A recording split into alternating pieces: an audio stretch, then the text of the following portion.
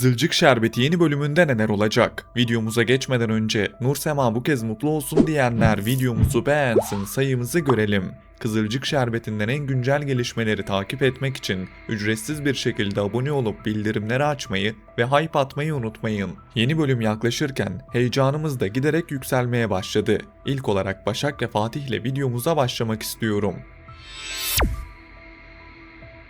Son bölümde Başak ve Fatih'in arası gene bozulmuştu. Başak, Fatih'e Kıvılcım'ın yanına kendisini götürmediği için kırıldı. Fatih de durumu güzel bir şekilde anlayıp Başak'ın gönlünü aldı. Ama burada bence asıl mesele Kıvılcım değil, Başak'ın dışarıda bırakılma hissi. Başak, Ünal ailesinin içinde sürekli sonradan gelen gibi hissetmekten yoruldu. Ancak ikilinin arasındaki boşanmayla ilgili henüz değişen bir durum yok ve boşanma tarihi giderek yaklaşıyor. Bu da onların her anını daha gergin, daha kırılgan hale getiriyor. Bir yandan bitti diyorlar, diğer yandan birbirlerini bırakamıyorlar. Başak ne yapsa konuşuluyor, Fatih ne yapsa sorgulanıyor. Özellikle boşanma süreci konuşuldukça ikisi de daha fazla geriliyor. Fatih, Başak'ın her adımını sorgulayarak kendini haklı çıkarmaya çalışıyor. Başak ise madem bitiyor neden hala bu kadar sahipleniyorsun diyerek Fatih'i köşeye sıkıştırıyor. Bu karşılıklı resleşmelerin sonunda en küçük olay bile büyük bir patlamaya dönüşebiliyor. Öte yandan yeni bölümde Fatih, Başak'ı başka bir erkekle görmesiyle kıskançlık krizlerine girecek. Sen benim nikahlı karımken nasıl başka bir adamla görülürsün diyerek Başak'a çıkışacak. Fatih'in burada aslında kendi içindeki sahiplenme duygusunu da itiraf ettiğini düşünüyorum. Çünkü sözleri sert, tavrı sert ama gözlerinde bir şey var. Kaybetme korkusu. Başak ise Fatih'in hiç beklemediği bir anda dudaklarına yapışacak. İşte burada dengeler değişecek ve ikisi de biz aslında birbirimizden kopamıyoruz gerçeğiyle yüzleşecek. Burada ikilinin arasında romantik anlar göreceğimizi ve artık ikisinin de net bir şekilde birbirlerine aşkını kabul edeceklerini düşünüyorum. Yani bir yandan boşanma tarihi yaklaşıyor, bir yandan aralarındaki çekim de iyice büyüyor. Tamam artık bitti derken yeniden başlıyorlar. Ama bu romantik anların hemen ardından gelecek gelişme bütün masayı yeniden devirecek. Hatta bu öpüşmenin ardından Fatih'in tavrının anlık da olsa yumuşadığını, Başak'ın da ilk kez ben de özledim der gibi baktığını görebiliriz. Ama tam bu yakınlaşma olurken araya giren bir telefon, bir mesaj ya da aileden gelen bir baskı yine her şeyi dağıtabilir. Ancak yeni bölümde Başak kaçırılacak ve yüzünün açılmasıyla beraber şaşkın bir tepki verecek. O maskenin kalktığı an Başak'ın tepkisi bize tanıdık biri mi sorusunun cevabını hissettirecek. Peki Başak'ı kim kaçırdı? Gelelim bu sorunun cevabına. Burada en güçlü ihtimal Bade. Çünkü Bade'nin gerçek yüzünü ve hamile olmadığını Başak ortaya çıkardı. Bundan dolayı psikolojisi iyice bozulan Bade bu şekilde bir intikam almak isteyebilir. Hele ki kontrolü kaybetme hissi Bade'yi daha da tehlikeli birine çevirebilir. Kaçırılma olayı bence Başak'ı da değiştirecek. Çünkü Başak ilk kez gerçekten tehlikeyle yüzleşecek ve Fatih'e mecbur kaldığını değil, Fatih'i istediğini anlayacak. Fatih tarafında ise bu iş gurur meselesine döner. Kim Başak'a dokunduysa bedelini ödetmek ister. Ama Fatih'in sözünü de unutmamak lazım. Fatih, seni biri koruyacaksa o kişi benim diyerek Başak'a çıkışmıştı. Bu cümlenin altı dolu.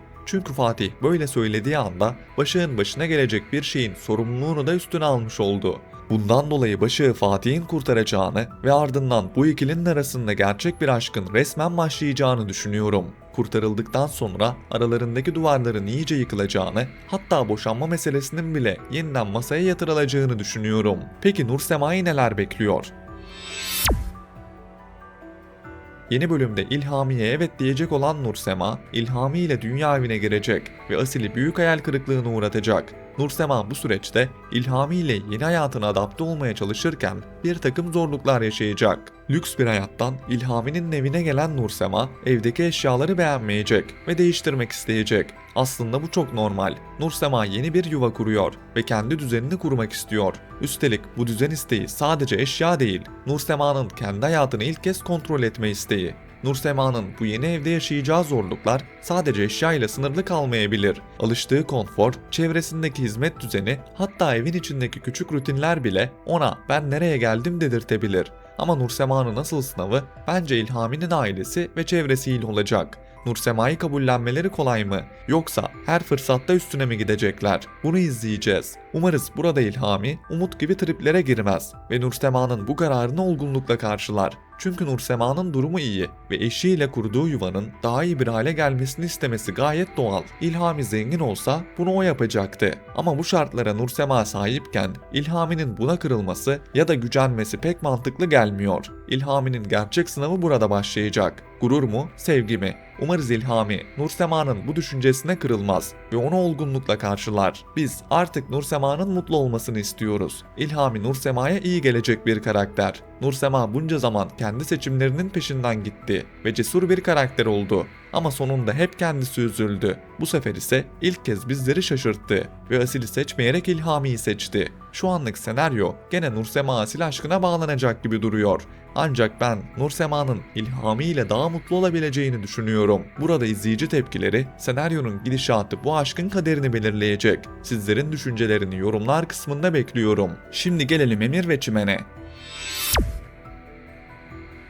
Son bölümde Emir'in işleri bozulmuş ve bu süreçte bunu Çimen'e yansıtmamaya çalışmıştı. Ancak ister istemez Çimen'le araları bozuldu. Yeni bölümde ise Salkım'ın Çimen'i yıldırma politikaları sonuç verecek ve Çimen ilk kez bu kadar ciddi bir şekilde ya annen ya ben diyecek.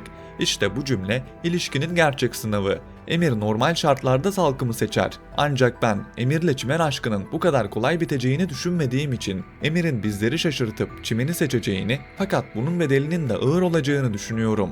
Çimen'in bu çıkışıyla birlikte Emir'in ben büyüdüm deme zamanı geliyor. Eğer Emir gerçekten Çimen'i seçerse Salkım'ın oyunları daha da sertleşebilir. Burada Emir'in iş hayatındaki çöküşle aile içindeki baskının aynı anda üst üste gelmesi onu kırılma noktasına sürükleyebilir. Emir ve Çimen aşkında geçmişteki Doğa ve Fatih aşkının yansımalarını görmeyen yoktur. Aile baskısı, anneden kopamama, gurur savaşları hepsi aynı yerden vuruyor. Bundan dolayı Emir'in işlerinin daha da bozulacağını ve Emir'le Çimen'in Ünal ailesinin evine gideceğini düşünüyorum.